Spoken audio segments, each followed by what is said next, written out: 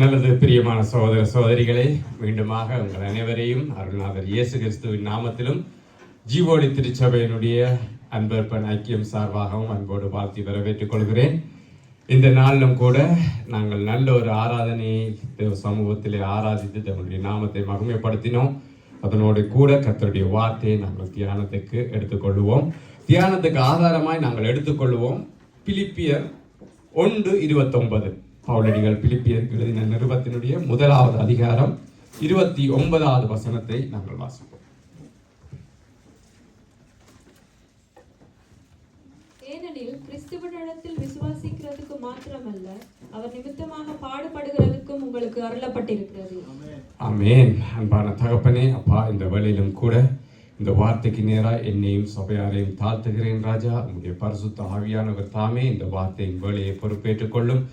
அப்பா, எனக்கும் சபையாருக்கும் பிரயோஜனமானதை அப்பா நீ பேசி எங்களுக்கு உணர்த்தும். உங்களுடைய வார்த்தையின் ஆழம் என்ன என்பதையும் அதன் அர்த்தம் என்ன என்பதையும் நாங்கள் காணும்படியாக உங்களுடைய பரிசுத்த ஆவியானவர் வழிநடத்துவாராக. கர்த்தராகிய இயேசுவின் நாமத்தில் செபிக்கிறோம் நல்ல தகப்பனே. ஆமென், ஆமென், ஆமென். இன்றைய நாளிலும் கூட நாங்கள் வாசித்த வசனம், ஏனெனில் கிறிஸ்துவனிடத்தில் விசுவாசிக்கிறதுக்கு மாத்திரமல்ல, அவர் நிமித்தம் பாடுபடுகிறதற்கும் உங்களுக்கு அருளப்பட்டிருக்கிறது. அப்படி என்று சொன்னால் இந்த வசனம் நாங்கள் கிறிஸ்துவனிடத்தில் வைக்கிற விசுவாசத்தையும் கிறிஸ்துவின் நிமித்தம் படுகிற பாடுகளையும் ஒரே லெவலுக்கு கொண்டு வருகிற வசனமாக இருக்கிறது. ஏனென்று சொன்னால் நாங்கள் விசுவாசிகள் விசுவாசிகள் விசுவாசிகள் என்று எப்பயும் அறிக்கை எடுக்கிறோம்.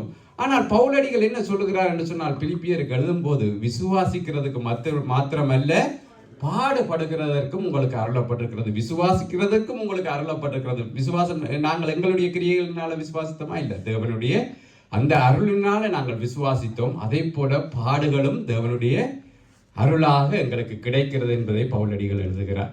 நான் சில வேளைகளில் இந்த வசனங்களை எடுக்கிற போது அது ஆங்கில மொழிபெயர்ப்பிலையும் பார்ப்பேன். என்று சொன்னால் சில பிள்ளைகளுக்கு புருசல்லி எல்லாம் விளங்கப்படுத்தும் போது சில பிள்ளைகளுக்கு அந்த சரியான ஆங்கில சொல்ல சொன்னால் புரியும் என்று சொல்லி, அப்போ நான் அந்த இலக்குப்படுத்தப்பட்ட ஆங்கில மொழிபெயர்ப்பு இப்பொழுது அதிகமாக காண கிடைக்கும். அதிலே இந்த அருளப்பட்டிருக்கிறது என்பதற்கு அவர்கள் கொடுத்திருக்கிற வார்த்தை பிரிவிலேஜ் என்று சொன்னால் உங்களுக்கு தெரியும், அது ஒரு விசேட சலுகை. இப்போ ஒரு கடையில் நீங்கள் வேலை செய்கிறவர்களா இருந்தால் அந்த கடையில் நீங்கள் சாமானம் வாங்கினா உங்களுக்கு 20% கோட்டிங் தருவார்கள், அதில் 10% கோட்டிங் தருவார்கள். இல்லை படிக்கிற பிள்ளைகளுக்கு தெரியும், நீங்கள் ஒரு நல்ல படித்து நல்ல ஒரு வேலைக்கு போனால் அவர்கள் உங்களுக்கு அநேக ப்ரிவிலேஜ் தருவார்கள். நீ எங்களுடைய கம்பெனியில் சேர்ந்த நான் உங்களுக்கு புது கார் தருவேன், உங்களுக்கு நல்ல விலை உயரப்பட்ட லேப்டாப் தருவோம், அன்லிமிட்டெட் இன்டர்நெட் இருக்கும், உங்களுக்கு எங்கே போனாலும் மருத்துவ காப்பீடு இருக்கும், இப்படியாக அநேக ப்ரிவிலேஜ் தருவார்கள். அது உங்களுக்கு மட்டும் கொடுக்கப்படுகிற ஒரு விசேட சலுகை அல்லது விசேட ஒரு உங்களுக்கு மட்டும்தான் அது கொடுக்கப்படும். அப்போ இந்த வசனத்தில் பவுலடிகள் பிலிப்பியருக்கு என்ன சொல்லுகிறார் என்று சொன்னால், விசுவாசிக்கிற எங்களுக்கு கொடுக்கப்படுகிற விசேட சலுகை என்னவா? பாடுகள். அப்ப பாடுகளை தேவனே நம்ம விசேட சலுகையா எங்களுக்கு பாடுகளை தர வேண்டும். சும்மா தர்றாரா? ஒரு கம்பெனி உங்களை ஹயர் பண்ற போது உங்களுக்கு புது கார் தருகிறார்கள் என்ற இதனுடைய ஒரு சலுகையா உங்களுக்கு கார் தருகிறார் என்ன அர்த்தம்? நீங்கள் அந்த கம்பெனியுடைய விஷயமாய் அநேக இடங்களுக்கு செல்ல வேண்டும். உங்களுக்கு ஒரு லேப்டாப் தருகிறார்கள் என்ன வீட்டில் நீங்க வச்சு யூடியூப்ல வீடியோ பார்க்கவா? இல்லை, உங்களுக்கு அந்த லேப்டாப் அந்த கம்பெனியுடைய காரியத்துக்கு நீங்க பயன்படுத்துறதுக்கு தேவைப்படுகிறது. அப்ப தேவன் எதற்காக பாடுகளை எங்களுக்கு பிரிவிலேஜா தரணும், எங்களுக்கு சலுகையா, எங்களுக்கு ஒரு விசேஷித்த சலுகையா ஏன் பாடுகளை எங்களுடைய வாழ்க்கையில் அனுமதிக்கிறார் என்று சொன்னால் அவருடைய காரியங்களுக்காகத்தான். அப்ப அதைத்தான் நாங்கள் இன்றைய நாளில் நாங்கள் தியானிக்க போகிறோம். ஏன் பாடுகளை தேவன் எங்களுடைய வாழ்க்கையிலே அனுமதிக்கிறார்? அவர் சும்மா செய்கிறது இல்லை. அந்த நாங்கள் மற்ற மதங்களில் பார்க்குற போல ஒரு திருவுடையாளர் புரிஞ்சு நான் ஆர் என்றதை காட்டுவோம் என்பதற்காக தேவன் ஒருவரையும் பாடுகளுக்கு உட்படுத்துகிறவர் அல்ல. அப்போ பாடுகள் எங்களுடைய வாழ்க்கையில ஏன் என்பதை நாங்கள் அறிகிறதற்காகத்தான் இன்றைய தியானத்துக்குள்ளே நாங்கள் செல்ல போகிறோம். முதலாவது காரியத்தை நாங்கள் எடுத்து வாசிப்போம். 1 பேதுரு 5:10. பேதுரு அவர்கள் எழுதின 1வது நிருபத்தினுடைய 5வது அதிகாரம் 10வது வசனத்தை நாங்கள் எடுத்துக்கொள்வோம். கிறிஸ்து இயேசுவுக்குள் நம்மை தமது நித்திய மகிமைக்கு அழைத்தவராயிருக்கிற சகல கிருபையும் பொருந்திய தேவன் தாமே கொஞ்ச காலம் பாடானுபவிக்கிற உங்களை சீர்படுத்தி ஸ்திரப்படுத்தி பலப்படுத்தி நிலைநிறுத்துவாராக. ஆமென். கொஞ்ச காலம் பாடானுபவிக்கிற எங்களை 4 காரியங்களுக்குள்ளாக தேவன் வழி நடத்துகிறாராம். முதலாவது அவர் எங்களை சீர்படுத்துகிறார், 2வது ஸ்திரப்படுத்துகிறார், மூன்றாவது பலப்படுத்துகிறார், அடுத்தது நிலை நிறுத்துகிறார். அப்ப நான் இந்த காரியத்தை குறித்து தியானித்த போது எனக்கு இந்த 4 காரியங்களும் பொருந்தி போகிற ஒரே ஒரு இடத்தை தான் தேவ ஆவியானவர் காண்பித்தார். சீர்படுத்தி, ஸ்திரப்படுத்தி, பலப்படுத்தி, நிலை நிறுத்துகிற இந்த காரியத்தை நாங்கள் எங்க பார்க்க முடியும் என்று சொன்னால், ஒரு அஸ்திவாரம் போடப்படுகிற போது. பிரியமானவர்களே, ஒரு அஸ்திவாரம் போடப்படுகிற போது உங்களுக்கு தெரியும், முதலாவது ஒரு குழியை வெட்டுவார்கள். அஸ்திவாரத்துக்கு தேவையான அந்த அளவிலே அந்த குழியை வெட்டி விட்டு அதிலே கற்களை கொண்டது அடுக்குவார்களா? இல்லை, ரேண்டமா கொட்டுவார்கள், எல்லா இடமும் கொட்டுவார்கள். கொட்டினா பிறகு முதலாவது அவர்கள் செய்கிற வேலை அந்த கற்களை சீர்படுத்துவார்கள். சீராய் அந்த குழியில பொருந்தும்படியாக சீர்படுத்துவார்கள். சீர்படுத்திட்டு அடுத்த நாளே கட்டடம் கட்ட தொடங்க மாட்டார்கள்.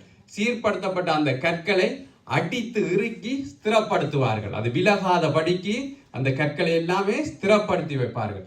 ஸ்திரப்படுத்தினா பிறகு அப்படியே கட்டிடம் அது உறுதியாகாது. அதை பிறகு பலப்படுத்துவார்கள். சீமெந்து அல்லது ஏதாவது ஒன்றை கொட்டி அதை பலப்படுத்தி என்னமாக உறுதியாக்குவார்கள். உறுதியாக்கினா பிறகு சீமெந்த கொட்டி கட்டினா பிறகு அடுத்த நாளே அதில் கட்டடம் கட்ட தொடங்குறது இல்லை. உங்களுக்கு தெரியும், தண்ணீர் ஊற்றுவார்கள், வெயிலில் காய விடுவார்கள். ஏனென்றா அது அதிகமாக பலப்பட வேண்டும். அப்படி பலப்பட்ட பிறகுதான் அதில் என்ன செய்வார்கள்? கற்களை வைத்து கட்டி அதை நிலை நிற்கிற கட்டிடமாக மாற்றுவார்கள். அப்ப இந்த காரியம் இதோடு ஒத்து போகிறபடினால பாடுகள் எங்களுடைய வாழ்க்கையில அனுமதிக்கப்படுகிற முதலாவது நோக்கம், நாங்கள் கிறிஸ்துவுக்குள்ளே ஒரு அடித்தளம் உறுதியாய் இருக்கும்படியா. நீங்கள் பார்த்தீர்கள் என்று சொன்னால், பாடுகளை சகிக்காதவர்கள் பாருங்க, உறுதியா கிறிஸ்துவுக்குள்ள ஒருபோதும் இருக்க மாட்டார்கள். கிறிஸ்துவுக்குள்ள வருவார்கள், ஒரு சின்ன பாடுகள் வந்தோடனே புலம்ப தொடங்குவார்கள். புலம்ப தொடங்கினாலே கண்டுகொள்ள வேண்டியா, முதலாவது சேர்ச்சி சரியில்லைன்னுவாங்க. அதுக்கு பிறகு ஒரு மாசம் கழிச்சு கேட்டா ஆண்டவரே சரியில்லைன்றார்களே. பாடுகளை சகிக்க அவர்கள் பழகி கொள்ளவில்லை அல்லது விரும்பவில்லை. ஆனால் முதலாவது எங்களுடைய வாழ்க்கையில பாடுகள் அனுமதிக்கப்படுகிறது என்ற முக்கியமான நோக்கம், அது எங்களை சீர்படுத்தும். சீர்படுத்த சில வேளைகளில பாடுகள் மூலமாக ஒரு சபையில இருக்கிற வாலிப பிள்ளைகளை பார்த்து ஒரு போதகர் அல்லது ஒரு மூப்பர் சீர்படுத்தும்படியாக ஒரு வசனத்தை சொல்லிவிட்டாலே சரி, பிள்ளை இந்த காரியத்தில் ஒழுங்கா இதுதான் கர்த்தருக்கு பிரியமானது என்று அந்த சீர்படுத்த வலிக்கிடும் போதே தொடங்கிடும். இவர் என்ன சீர்படுத்த வந்துட்டார், அப்பவே அதையே தாங்க கொள்ள முடியாது. அப்ப சீர்படுத்துறதையே தாங்க முடியாதவர்கள் பிறகு ஸ்திரப்படுத்துற சொன்னால் அடித்து இறுக்குவார்கள். உங்களுக்கு தெரியும், அஸ்திவாரம் போடப்படுகிற கல்லை அந்த இடிக்கிற இதை வைத்து அடித்து இறுக்கி ஸ்திரப்படுத்துவார்கள். அடுத்து அது ஒரு கஷ்டமான ப்ரொசீஜர். அப்ப அதுக்குள்ளே எப்படி நாங்கள் போவோம்? அடுத்த காரியம், அதை பலப்படுத்துவார்கள். பலப்படுத்தி அது வெயிலில காய வேண்டும், தண்ணீரை ஊற்றுவார்கள், இப்படியாக அதை பலப்படுத்துவார்கள். இதற்கு பிறகுதான் பிரியமானவர்களே அதிலே கட்ட தொடங்குவார்கள். அப்பதான் அது நிலை நிற்கும். ஆனால் இன்றைக்கு எல்லாருக்கும் என்ன ஆசை?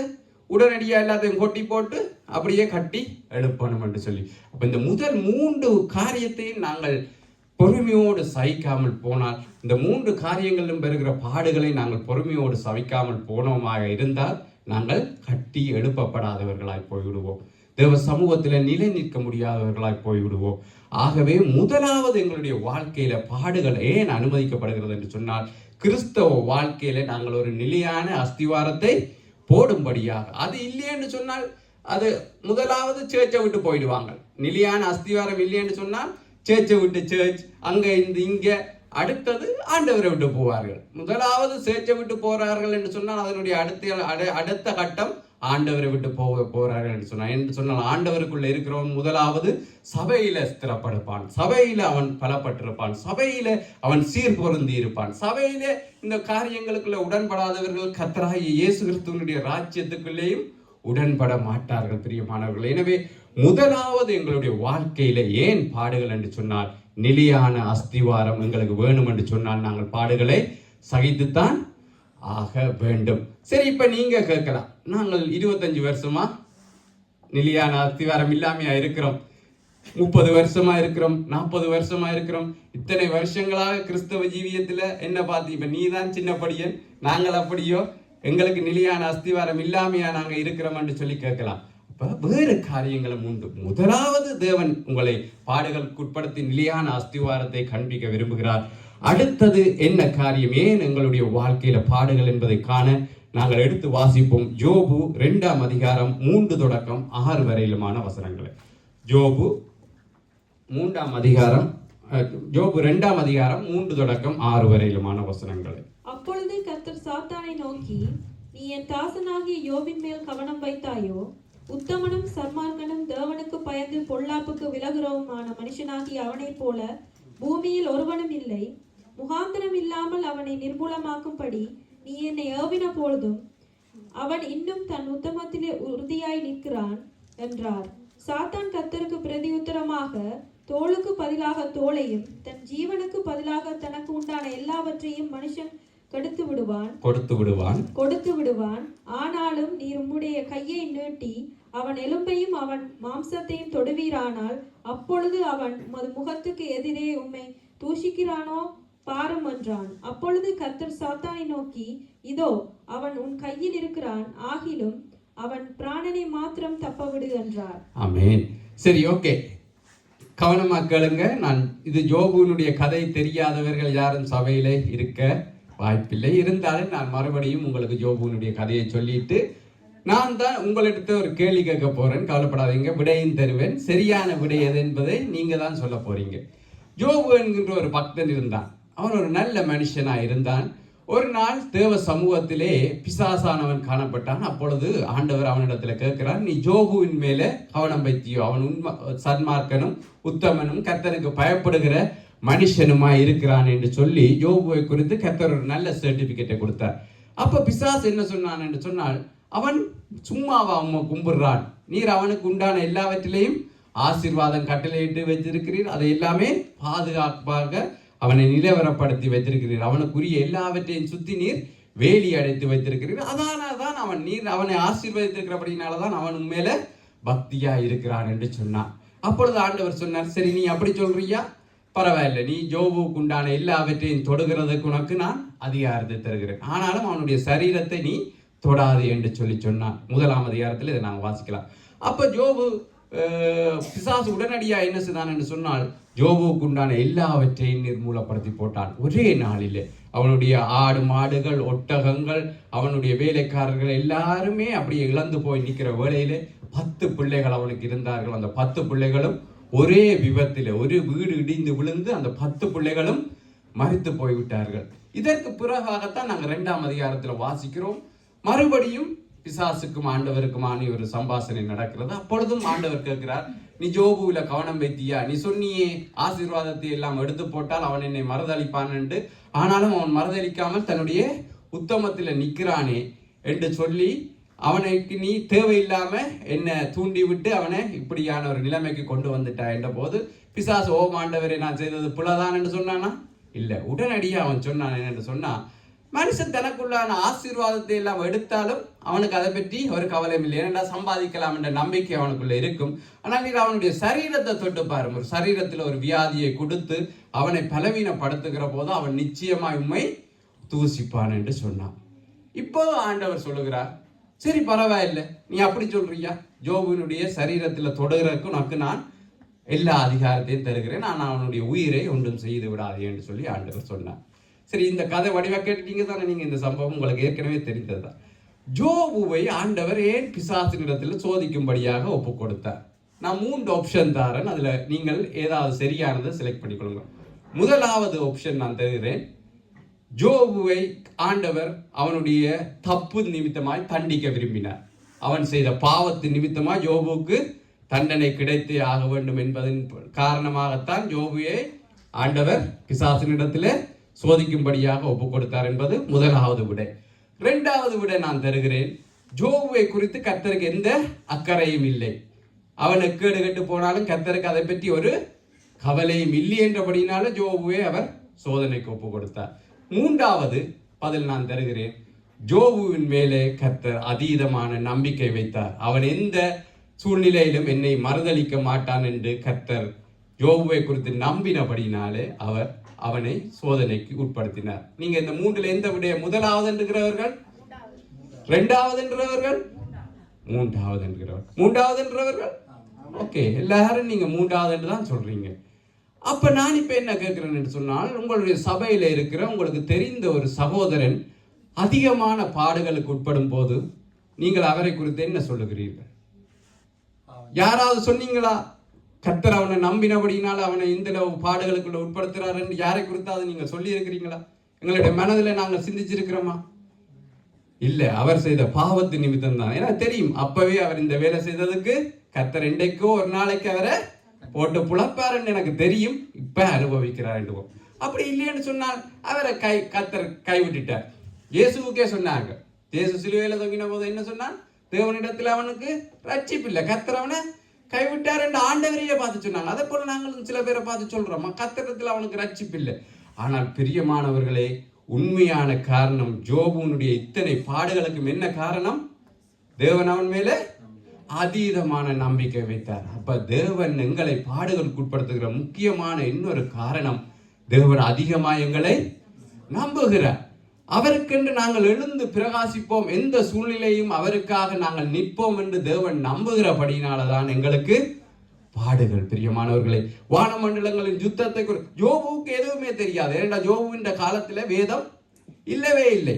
யோபுவினுடைய புஸ்தகம் தான் வேதத்திலே முதலாவது எழுதப்பட்ட புஸ்தகம். யோபுவினுடைய சரிதம் தான், அது வேற மொழியில எழுதப்பட்டது. பிறகு மோசே மொழிபெயர்த்தார். அப்ப அவருடைய கையில எந்த வேதமும் இல்லை, கர்த்தரை குறித்த எந்த பெரிதான அறிவும் அவருக்கு இருக்கவில்லை. ஆனாலும் அவர் தன்னுடைய உத்தமத்தில நிலை நின்றார். ஆனா பாருங்க, எவ்வளவு பாடுகளை சாத்தான் கொடுத்த போதிலும் அவர் சொன்னார், யோபுவை பார்த்து சொன்னார், கர்த்தரே கொடுத்தார், கர்த்தரே எடுத்தார் என்று சொன்னார். அது சரியான காரியம் இல்லை. அவன் அறியாமையில சொன்னான் கர்த்தர் எடுத்தார், கர்த்தரா எடுத்தார். உண்மையில எடுத்தது யாரு? சாத்தான். அது அவனுக்கு தெரியல. ஆனால் இன்றைக்கு யோபுவினுடைய சரிதம் தெரியும். வானமண்டலங்கள்ல நடக்கிற பொல்லாத யுத்தங்களை குறித்து பவுல் எழுதின காரியங்கள் எங்களுக்கு தெரியும். ஆனா நாங்க என்னன்னு சொல்றோம்? கர்த்தர் தண்டிச்சிட்டார், கர்த்தர் கைவிட்டுட்டார், கர்த்தர் அவனை நினையாமல் போனார், கர்த்தர் அவனை மறைந்து போனார், கர்த்தரிடத்தில் அவனுக்கு ரட்சிப்பு இல்லை என்று நாங்கள் சொல்லுகிறோமே. அப்ப நாங்கள் எவ்வளவு தேவனை தூஷிக்கிறோம் என்று பாருங்க. தேவனுடைய நாமத்தை நாங்கள் வீணில வணங்குகிறோம். தேவன் பொல்லாங்கினாலே ஒருவனையும் தண்டிக்கிறவர் இல்லை. இப்ப நான் ஒரு கேள்வி உங்களிடத்துல கேட்கிறேன், லெனின் அண்ணன் கேட்கிறேன். லெனின் அண்ணன் உங்களோட வீட்டில் வச்சிருந்த 1000 யூரோ காசு ஒருத்தன் வந்து எடுத்துட்டு போயிட்டான். யாரோ ஒருத்தன் வந்து எடுத்துட்டு போயிட்டான். நீங்க கேமராவில் பார்த்துட்டீங்க, யாரோ ஒரு ஆள் வந்து எடுத்துட்டு போனது உங்களுக்கு தெரிஞ்சிட்டது. நீங்க என்ன செய்வீங்க? உடனடியா போலீஸுக்கு அறிவிச்சு அவனுக்கு விசாரணை நடத்தி அவனு 6 மாசமோ 1 வருஷமோ, இந்த நாட்டு சட்டம் என்ன சொல்லுதோ அந்த தண்டனை பெற்றுக் கொடுக்கிறதுக்கு நீங்கள் முயற்சி செய்வீங்க. இதே நீங்க பாக்குறீங்க, அந்த காசை மார்க்கஸ் எடுத்துட்டான், என்ன செய்வீங்க? இப்ப எச்சரிப்பீங்கள், இல்லாட்டிக்கு அவரை அடிப்பீங்கள், கொள்ளுவீங்கள், இனி இதை செய்யாதேன்னு சொல்லுவீங்க. அப்போ ஒரே காரியம் தானே செய்யப்பட்டுச்சு. ஏன் அப்ப நீங்கள் உங்களுடைய காரியத்துல மற்றவனுக்கு தண்டனையும் பிள்ளைக்கு சிஸ்டையும் அல்லது அவனை நல்வழிப்படுத்தவும் முயற்சி செய்கிறீர்கள். நீங்களே இப்படி செய்கிற போது, ஆனால் ஆண்டவர் என்ன செய்வார்? தன்னுடைய பிள்ளைகளை நியாயமானபடி தண்டிப்பார் என்று நாங்கள் எப்படி சொல்ல முடியும்? நியாயமானபடிதான் ஆண்டவர் இவனை தண்டிப்பார் என்று நாங்கள் தைரியமாய் சொல்லுகிறோம். இந்த பாவத்தின் நிமித்தம் தான் இவனுக்கு தண்டனை, இந்த காரியத்தின் நிமித்தம் தான் இவனுக்கு தண்டனை என்று நாங்கள் சொல்லக்கூடாது. பிரியமானவர்கள், அப்படி நாங்கள் சொல்லுவோமா இருந்தால் நாங்கள் தேவனுடைய நாமத்தை வீணிலே வணங்குகிறவர்களாக இருப்போம். அவர் தம்முடைய பிள்ளைகளை சிருஷ்டிப்பார், தாம் சிநேகிக்கிற பிள்ளைகளை சிருஷ்டிப்பார். நீங்கள் மார்க்கஸ் எடுத்தது தெரிஞ்சா நீங்க அடிப்பீங்க, சீர்வழிப்படுத்துவீங்க. ஏன்? மார்க்கஸ் நல்வழிப்பட வேண்டும் என்று சொல்லி. அப்படி தேவனங்களை சரி நீ என்ன வேணும் என்றாலும் செய்துட்டு போ. இன்றைக்கு அப்படி பிரசங்கங்களும் பெறுது, ஜாக்கிரதையா பிரசங்கிக்க வேண்டும். கர்த்தர் என்ன செய்தாலும் கண்டுகொள்ள மாட்டார். அப்படி இல்லை, அவர் சித்தித்து எங்களை நல்வழிப்படுத்த முயற்சி செய்வார். ஏனென்றால் அவர் அன்புள்ள தகப்பனாய் இருக்கிறார். ஆனால் பாருங்கள், அவர் நியாயமானபடி தண்டிக்க மாட்டார். யாரோ ஒருவன் களவெடுத்தால் நாங்கள் நியாயமானபடி தண்டிக்கிறோம். அப்ப எங்களுடைய பிள்ளைகள் எடுத்தால் நாங்கள் அப்படி செய்கிறது இல்லை. ஆனால் தேவன் மட்டும் நியாயமானபடி தண்டிக்கிறார் என்று நாங்கள் தைரியமாய் சொல்லுகிறோம். உங்களோட பிள்ளை இப்ப மார்க்கஸை நீங்க அடிச்சு போட்டீங்க, அடிச்சா அதுல உங்களுடைய அன்பு இருக்கிறதை காண்பிப்பீர்கள் இல்லையா? மார்க்கஸ் நீ நல்ல வழிகளை வரணும்ன்றதுக்காண்டி தான் நாங்கள் அடிக்கிறோம். ஒருவேளை என்ன கிறிஸ்டி பிரதர் டெபோராக்கு அடிச்சா KFCல போய் ஒரு சிக்கனை வாங்கி கொடுத்து, இல்ல பிள்ளை நான் உங்களை அன்பு இல்லாம அடிக்கல, அன்பு இருக்குது, அது நீ நல்வழிப்படிப்படியாத்தான் அடிக்கிறேன்னு காண்பிப்பா. ஆண்டவர் எங்களை சிரித்தால் அதுல காண்பிப்பார் தன்னுடைய அன்பு இருக்கிறதையும். நாங்கள் நல்வழிப்பட வேண்டும் என்பதற்காக தான் அந்த தண்டனை, அந்த சிருஷ்டிப்பை நான் எங்களுக்கு அனுமதிக்கிறேன் என்பது அது நாங்கள் உணர்ந்து கொள்வோம். இது நாம் விட்ட பிள்ளைக்கு ஆண்டவர் ஒரு சின்ன அடி போடுறார், இனி சரிப்படுது. ஆனால் நியாயமானபடி தண்டனையை கர்த்தர் தருகிறார் என்று சொல்லி நாங்கள் ஒருபோதும் சொல்லாமல் இருப்போம். அப்படி சொன்னவர்கள் யார்? யோபுவினுடைய 3 நண்பர்கள். பிரியமானவர்கள், அந்த நண்பர்களை குறித்து பேச எனக்கு நேரம் இல்லை. அவர்களுக்குள்ள செயற்பட்ட ஆவி அந்தி கிறிஸ்துவின் ஆவியா இருக்கிறது. அவர்களை குறித்து பேச எனக்கு இது சமயம் இல்லை. ஆனால் அவர்கள் வந்து யோபுவை குற்றப்படுத்துகிறார்கள். நீ இந்த நிலைமைக்கு போனதுக்குள்ள காரணம் உன்னுடைய பாவம். நீ ஏதோ மறைமுகமான பாவம் செய்துட்ட யோபு, நீ வெளி வேஷத்துக்கு நல்லவன் மாதிரி நடிக்கிறான், உள்ளுக்குள்ளே ஏதோ பாவம் இருக்குது, இல்ல நீ ஏதோ ஒரு காரியத்தை வச்சு கொண்டிருந்தபடியெல்லாம் கர்த்தர் உன்னை நியாயமாய் விசாரித்தார் என்று சொல்லுகிறார்கள். அந்த வார்த்தைகளை குறித்து கர்த்தர் சந்தோஷப்பட்டாரா? கர்த்தர் கடிந்து கொண்டார். கர்த்தர் பேசுகிற போது அந்த 3 பேரையும் குறித்து கடிந்து கொண்டார். நீங்கள் என்ன, ஆனா அவங்க பேசுகிறதையும் பார்த்தீங்கன்னு சொன்னா முதல் எப்படி ஆரம்பிக்கலாம், கர்த்தர் எவ்வளவு பெரியவர் தெரியுமா, கர்த்தர் நல்லவர் தெரியுமா, கர்த்தர் அப்படிப்பட்டவர் தெரியுமா ஆண்டு போட்டு அப்படி குத்துவாங்க. யோபு நீ பிளவிட்ட, அதெல்லாம் உனக்கு இந்த நிலைமை என்று சொல்லி. அப்ப நாங்கள் பிரியமானவர்களை யோபு நண்பர்கள் போல இருக்கக்கூடாது. எந்த ஒரு சகோதரனும் மிகுதியான பாடுகளுக்கு உட்படுகிற போது நாம் அறிந்து கொள்ள வேண்டிய காரியம், தேவன் அவனை நம்பி நாம் உறுதியத்தில் அப்படி நினைச்சுக் கொள்வோம், ஒருவேளை இருக்கலாமோ தேவன் அவனை அதிகமாய் நம்பி அதிக பாடுகளுக்கு உட்படுத்துகிறார் என்று சொல்லி. என்று சொன்னால் பவுலடிகள் சொல்லுகிறார், வானமண்டலத்தின் பொல்லாத சேனைகளோடு எங்களுக்கு யுத்தம் உண்டு. அப்ப பிசாசு தான் எங்களை சோதிக்கிறவன். நாங்கள் பிசாசு யோசித்து பார்த்தீர்கள் என்று சொன்னால், பரலோகத்திலிருந்து தள்ளப்பட்டவன் பிசாசு. பரலோகத்திலிருந்து அவன் கீழே தள்ளப்பட்டான். கீழே மண்ணிலே உண்டாக்கப்பட்ட மனுஷர்களாகிய எங்களுக்கு தேவன் அந்த பரலோக மகிமையை தரப்போகிறார். அவன் தள்ளப்பட்ட அந்த இடத்துக்கு நாங்க போக போகிறோம். ஆனால் அதுக்கு தகுதி உள்ளவர்கள் என்று எங்களை சோதிக்கிற அதிகாரம் யாரிடத்துல இருக்கு? சோதனைக்காரன் யார்? சோதனைக்காரன் யார்? ஆண்டவரா? சோதனைக்காரன். நாங்கள் இன்றைக்கு ஆண்டவரை சோதனைக்காரனாக கடுக்கிறோம். பிசாசானவன் சோதனைக்காரன். அப்ப அவன் எங்களை சோதிக்கிறதற்கு தேவன் நிச்சயமாய் அவனிடத்துல இடம் கொடுக்கத்தான் வேண்டும். பாஸ்டர் பைபிள் ஸ்டடி நடத்தினா கட்டாயம் ஒரு எக்ஸாம் வைப்பாரு.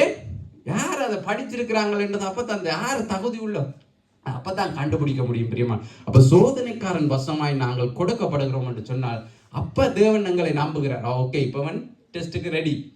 முதலே யாராவது படிக்க தொடங்கினதுக்கு முன்னமே டெஸ்ட் வைப்பாங்களா? இல்லை, எல்லாம் படிப்பிச்சு கொடுத்து இதெல்லாம் சொல்லி தந்தா பிறகு சொல்லி தந்ததுல தான் டெஸ்ட் வைப்பார்கள். பிரியமானவர்களே, வான மண்டலத்தின் பொல்லாத சேனையோடு நமக்கு யுத்தம் உண்டு. அப்ப யுத்தத்துல நிக்கிற ஒரு வீரனாக தேவனங்களை நம்புகிற போதுதான் அனுப்புவேன். இவன் யுத்தத்துக்கு ரெடி என்று யாரையெல்லாம் நம்புகிறார்களோ அவர்களைத்தான் கொண்டே சண்டையில விடுவார்கள். நாங்கள் இலங்கை தமிழர்களாக இருக்கிறபடினால எங்களுக்கு தெரியும் யுத்தத்தினுடைய நிலைமைகள் எல்லாம் குறித்து தெரியும். நான் எத்தனையோ போர்ல இருந்தவர்களோட கதைச்சிருந்தேன்.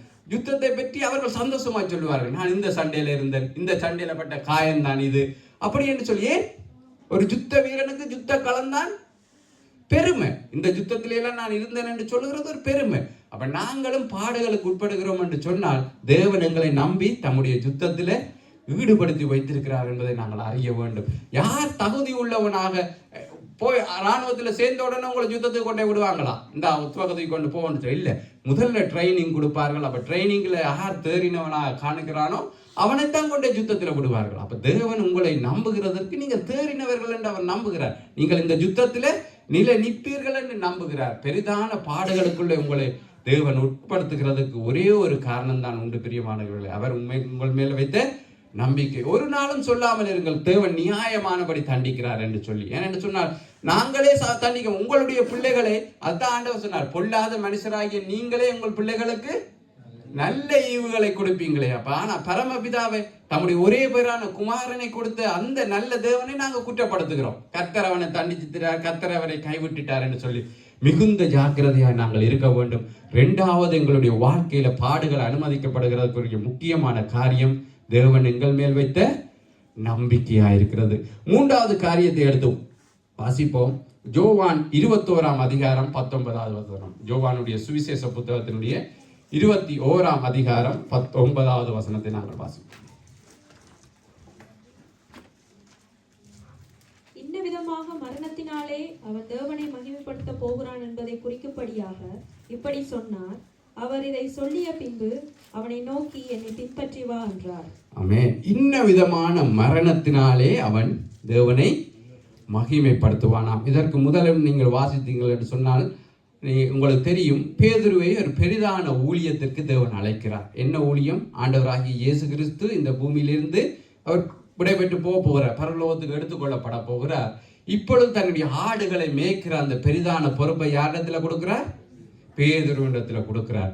கொடுக்கிற போது அவர் சொல்லுகிறார் என்று சொன்னால், உன்னுடைய இள வயதில நீ உன்னுடைய அறையை கட்டி கொள்ளுவாய், உனக்கு இஷ்டமானபடி எல்லாம் போவாய். ஆனால் உன்னுடைய முதிர் வயதில் அப்படி அல்ல, நீ உன்னுடைய கையை நீட்டுவாய், வேறொருவன் உன்னுடைய அறையை கட்டுவான், உனக்கு இஷ்டம் இல்லாத இடத்துக்கு எல்லாம் கொண்டு செல்வான் என்று ஆண்டவருடைய வாயின் வார்த்தைகள் இவை சொல்லுகிறார். அதற்கு வேதம் கொடுக்கிற விளக்கம் என்னென்று சொன்னால், அவன் என்ன விதமான மரணத்தினாலே தேவனை மகிமைப்படுத்த போகிறான் என்பதை குறித்து ஆண்டவர் இப்படி சொன்னார் என்று சொல்லி, ஏதாவது ஒரு மரணம் தேவனுக்கு மகிமையை கொண்டு வரும் என்று நாங்கள் சொல்ல முடியுமா? அப்படியாண்டால் இதை வாசிக்கிற போது இப்படி விளங்கிக் கொள்ளலாம். ஒருவேளை பேதுரு ஒரு நல்ல ரிலாக்ஸான ஒரு வாழ்க்கை வாழ்ந்து தாவீதை போல முதிர் வயதில் சமாதானத்தோடு தன்னுடைய பிதாக்களோடு நித்திரை பண்ணினார், அப்படியா இணைக்கிறீர்களா? பேதுருடைய மரணம், பேதுரு நல்லபடியாக நல்ல ரிச்சுவல் வாழ்ந்து, இப்ப இருக்கிற போப்பாண்டவர்கள் இருக்கிறார்களே சகல வசதிகளோடும் வாழ்ந்து நல்ல முதிர் வயதில் அவர்கள் நல்லபடியாக மரித்து போவார்கள், பெரிய கனமான ஒரு அடக்க ஆராதனை அவர்களுக்கு நடக்கும். அப்படியா பேதுருவுக்கு நடந்துச்சு? எப்படி நடந்துச்சு? சிலுவையில் எப்படியா இருந்தார்கள்? தலைகீழா. அப்ப பேதுருவை தலைகீழாக சிலுவையில் அவ்வளவு கொடூரமாக மரிக்கிற போது அந்த இடத்துல நான் நின்று இது தேவனுக்கு மகிமையை கொண்டு வரும் என்று சொல்லி இருந்தால் என்னையும் அதில் நிற்கிற பேதுருவனுடைய அந்த அவரை பொலோ பண்ணுற கல்லால் எறிஞ்சு கொண்டிருப்பாங்க. என்னடா நீ அவன் இவ்வளவு கொடூரமா மரிக்கிறானே, இதுல தேவனுடைய நாமம் மகிமைப்படுது என்று சொல்றீங்க. ஆனால் வேத வசனம் பொய் சொல்லாது பிரியமானவர்களே. தேவனுடைய நாமம் அந்த இடத்துல பெரிதாய் மகிமைப்பட்டது. ஏனென்று சொன்னால் எங்களுக்கு தெரியல, எங்களுக்கு அந்த காரியம் தெரியல.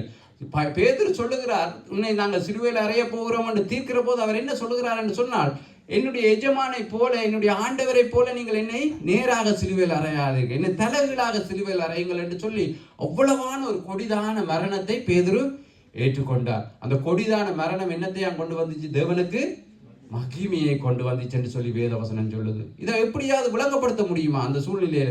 ஒருவேளை அவருடைய சகோதரனாகி அந்திரியாவுக்கு போய் சொல்லியிருக்கலாமா, நீ பாத்தியாது ஒன்றும் யோசிக்காத தேவனுடைய மகிமை காட்டித்தான் இந்த மரணம் நடக்குது என்று சொன்னா அந்திரேயா எங்களையும் அந்த இடத்துல இன்னொரு சிலுவையில தூக்கி இருப்பார். ஏனென்று சொன்னால் அதை விளங்கப்படுத்த முடியாது. ஆனால் உண்மையிலே பிரியமானவர்களே, இன்றைக்கு நாங்கள் அதை சோதிச்சு பார்க்கிற போது, அடே பேதுரு இப்படியாக தேவனுக்கு விசுவாசம் பாராட்டி நின்றாரா என்றதை நாங்கள் இன்றைக்கு தியானிக்கிற போதும் அது தேவனுடைய நாமத்துக்கு மகிமையா இருக்கிறது. அப்ப பாடுகள் எங்களுடைய வாழ்க்கையில அனுமதிக்கப்படுகிறதுக்கு இன்னொரு காரணம், அது தேவனுடைய நாமத்துக்கு மகிமையை கொண்டு வரும். பிரியமானவர்களே, எங்களுடைய எந்த ஒரு ஆசீர்வாதமும் தேவனுக்கு எந்த மகிமையும் கொண்டு வராது. நான் சொல்லிட்டேன், அதை நீங்க குறை நினைக்காதீங்க. ஏனென்று சொன்னால், கிறிஸ்டி பிரதர்கிட்ட BMW கார் இருந்தா அவன் மற்றவன் லம்போகினி கார்ல வருவான். உங்களுடைய காரினால கர்த்தரை நீங்க மகிமைப்படுத்த முடியுமா? இல்லை. நாங்க 3 லட்சம் யூரோக்கு வீடு வாங்கினா அவன் 10 லட்சம் யூரோக்கு வில்லா வாங்குவான். எங்களுடைய வீட்டினால தேவனை மகிமைப்படுத்த முடியுமா? முடியாது. அப்ப எங்களுடைய எந்த ஆசீர்வாதத்தினாலேயும் நாங்கள் தேவன் பெரியவர், தேவன் நல்லவர், தேவன் செயல்படுகிறவர் என்பதை காண்பிக்க முடியாது. ஆனால் ஒரு பெரிதான பாடுகளுக்குள்ள போய் ஒரு பெரிதான நெருக்கத்துக்குள்ள நீங்க இருக்கிற போது கர்த்தர் நல்லவர் என்று சொன்னா யோசிப்பான், இவ்வளவு பாடுகள்ல இவ்வளவு நெருக்கத்துல இந்த இந்த ஒரு கீழான நிலைமையிலவன் போய் கிடந்தும் கர்த்தர் நல்லவன் என்று சொல்லுகிறானே என்று சொல்லுகிற போதுதான் அவர்கள் யோசிப்பார்களோ, இவர்களுடைய தேவன் மெய்யாய் அவர் ஜீவிக்கிறவர் தான் போல, மெய்யாய் அவர் ஒரு நல்ல தெய்வம் தான் போல, இல்லையண்டா இப்படி சொல்ல மாட்டானே என்று சொல்லி எங்களுடைய பாடுகளில் நாங்கள் தேவனை உயர்த்துகிற போதுதான் பிரியமானவர்களே அது தேவனுக்கு மகிமையை கொண்டு வரும். நாங்கள் எப்ப சாட்சி சொல்லுவோம்? எல்லாம் எங்களுக்கு கிடைச்சாண்டா தான் சாட்சி சொல்லுவோம். அது தேவனுக்கும் தேவன் நாமையின் மகிமைக்காகவும் சபையின் பக்தி விருதிக்காக சொல்லி அது நல்ல காரியம், அதுல நான் சொல்ல வரையில. ஆனால் உண்மையில தேவனுடைய நாமம் எங்கேயா மகிமைப்படுது? நாங்கள் பெரிதான பாடுகளுக்குள்ளாக நின்று அப்பொழுதும் தேவனுக்கு சாட்சியாக, நீங்கள் என்ன சிலுவையில் அறைந்தா கூட என்னுடைய எஜமானை போல அறையாதீங்க, என்ன தலைகளாக அறையுங்கள் என்று. என்ன கிறிஸ்டி பிரதர் ரோமில போய் பேதுருடைய அந்த நினைவிடத்துல நிற்கிற போது தேவனுடைய மகிமையை நீங்க உணர இல்லையா? அடே தேவனுக்காண்டி இவ்வளவு வைராக்கியம் பாராட்டி நின்ற ஒரு மனுஷன், நான் ஒரு சின்ன துரும்பியாவது நகர்த்திடணும் என்ற ஒரு எண்ணம் உங்களுக்கு வர இல்லையா? அதுதான் பிரியமானவர்களை மகிமை. அது பாடுகள் நிமித்தம் பெறுகிற மகிமை. அந்த மகிமையை நாங்கள் சுதந்திரிக்க பாத்திரராக தேவனுடைய நாமத்தை, எங்களுடைய பாடுகள் தேவனுக்கு மகிமையை கொண்டு வரும் என்றால் எத்தனை பாடுகளையும் சகிக்க நான் தயார் என்கின்ற மனநிலைக்கு நாங்கள் வர வேண்டும். 4வது காரியத்தை நாங்கள் வாசிப்போம். ரோமர் 8:17-18. ரோமர் 8ஆம் அதிகாரம் 17-18வது வசனங்களை நாங்கள் வாசிப்போம். நாம் பிள்ளைகளானால் சுதந்திரருமாமே, தேவனுடைய சுதந்திரரும் கிறிஸ்துவுக்கு உடன் சுதந்திரருமாமே, கிறிஸ்துவனுடைய கூட நாம் மகிமைப்படும் படிக்கு அவருடைய கூட பாடுபட்டால் அப்படியாகும். ஆதலால் இக்காலத்து பாடுகளில் நம்மிடத்தில் வெளிப்படும் மகிமைக்கு ஒப்பிடத்தக்கவைகள் அல்ல என்று எண்ணுகிறேன். ஆமென். இந்த இடத்துல அவர் என்ன சொல்லுகிறார் என்று சொன்னால், நாம் தேவனுடைய பிள்ளைகளானால் கிறிஸ்துவுக்கு உடன் சுதந்திரராம். அதாவது கிறிஸ்து எப்படியாக மகிமைப்பட்டு பரலோகத்தில் இருக்கிறாரோ அதே மகிமையை தான் நாமும் அடைய போகிறோம். அதற்கு அவர் சொல்லுகிற ஒரே ஒரு நிபந்தனை என்ன? கிறிஸ்து எப்படி பாடுபட்டாரோ அதே போல நாமும் பாடுபட வேண்டும் என்று சொல்லுகிறார். அப்ப பாடுகள் இனி வருகிற மகிமைக்கு நம்மை அழைத்து செல்லுகிறதா இருக்கிறது. அப்ப எங்களுடைய வாழ்க்கையில ஏன் பாடுகள் என்று சொன்னால் அது இனி வருகிற மகிமைக்கு நம்மை பங்குள்ளவர்களாக்குது. அப்ப நீங்கள் கிறிஸ்துவின் நிமித்தம் பாட அனுபவிக்கவில்லை என்று சொன்னால் உங்களிடத்துல இனி வருகிற மகிமைக்கு எந்த பங்கும் இல்லை என்று அர்த்தம். என்று சொன்னால் பவுலடிகள் தெளிவாக சொல்லுகிறார், நீங்க பிள்ளைகளானால் நீங்கள் சுதந்திரர். நீங்க அந்த சுதந்திரத்தை அனுபவிக்க வேண்டும் என்றால் என்ன செய்ய வேணுமா? பாடுகளை அனுபவிக்கத்தான் வேணும் என்று போட்டு அவர் அழகாக இன்னொரு வசனத்தை சொல்லுகிறார். ஆதலால் இக்காலத்து பாடுகள் இனி நம்மிடத்தில் வெளிப்படும் மகிமைக்கு ஒப்பிடத்தக்கவைகள் அல்ல. நாங்கள் இந்த பாடுகள் எல்லாம் பெருசென்று தூக்கி பிடிக்கிறோம் இல்லையா? இது எவ்வளவு பெரிய பாடு, நான் தாங்க முடியாத பாரத்தை ஆண்டவரை சுமக்கிறேனே என்று சொல்லி புலம்புகிறோம் இல்லையா? பவுலடிகள் சொல்லுகிற அந்த நல்ல காரியம் என்ன தெரியுமா? இனி நாங்கள் அனுபவிக்க போகிற அந்த மகிமைக்கு இது எவ்வளவிலும் ஒப்பிடத்தக்கது இல்லை. பாஸ்டர் அழகா சொன்னார், ஒரு கோடி யூரோ இருக்கிற நீங்கள் ஒரு சென்ட் கீழே விழுந்து அதை போய் மினக்கட்டு தேடுவீங்களா? ஏன்? கோடி சென்ட் என்னட்ட இருக்கு. அப்ப பாஸ்டர் சொன்ன விளக்கம் என்னன்னு சொன்னா, அந்த கோடி யூரோ தான் பரலோகத்தில் உங்களுக்கு வைக்கப்பட்டிருக்கிற மகிமை. நாங்கள் அனுபவிக்கிற பாடுகள் அந்த கீழே விழுந்த ஒரு சென்ட் விளங்குது. அதுதான், அதை ஒப்பிட்டு சொல்ல முடியாது. என்னன்னு சொன்னா பரலோக வாழ்க்கையை நானும் பார்க்கல, நீங்களும் பார்க்கல. இது இப்படி இருக்குமென்று சொல்லி நாங்கள் கற்பனை செய்கிறதிலும் அதிக மேன்மை உள்ளதாகத்தான் நிச்சயமா இருக்கும். இந்த பரலோகத்துக்கு போயிட்டு வந்து சொல்றாங்க கதையெல்லாம் நம்பாதீங்க, அது ஒன்றுமே உண்மை இல்லை. ஆனால் தேவ வார்த்தையின்படியாக எங்களுக்கு தெரியும் பரலோகத்தின் காரியங்கள். இயேசு கிறிஸ்து அடைந்த மகிமை எப்படிப்பட்டது என்பதை நாங்கள் வெளிப்படுத்துவதில்லை பார்க்கிறோம். அதே மகிமைக்கு ஒப்பான மகிமையைத்தான் தேவன் எங்களுக்கும் கொடுக்க போகிறாராம். அதற்கு அவர் வைக்கிற ஒரே ஒரு நிபந்தனை, கிறிஸ்துவோடு கூட பாடுபடுங்கள். பாத்தீங்களா பிரியமானவர்களே? இனி வருகிற மகிமைக்கு இந்த பாடுகள் ஒரு விதத்திலும் ஒப்பானவைகள் அல்ல. ஆனால் அந்த மகிமையை சுதந்திரிக்கும்படியாகவும் பாடுகளுக்குள்ளே தேவன் எங்களை நடத்துகிறார். அப்ப 4 காரியங்களை நாங்கள் பார்த்தோம் பிரியமானவர்களே. ஏன் எங்களுடைய வாழ்க்கையில பாடுகள் அனுமதிக்கப்படுகிறது என்பதை குறித்து. பாடுகள் எங்களுக்கு பிரிவிலேஜ் என்று சொல்லி வேதம் சொல்லுகிறது. என்று சொன்னால் சிறப்பு சலுகை. அப்ப நீங்கள் விசுவாசித்தால் உங்களுக்கு கொடுக்கப்படுகிற சிறப்பு சலுகை தான் பாடுகள். அப்ப ஏன் அந்த சிறப்பு சலுகையா பாடுகள் கொடுக்கப்படுகிறது என்று சொன்னால், அது தேவனுக்கு அந்த பாடுகள் மூலமா எங்களுடைய வாழ்க்கையில சில காரியங்களை செய்ய வேண்டி இருக்கிறது. முதலாவது, நிலையான அஸ்திவாரத்தை உண்டாக்க வேண்டி இருக்கிறது. அதைத்தான் பாடுகள் செய்கிறது.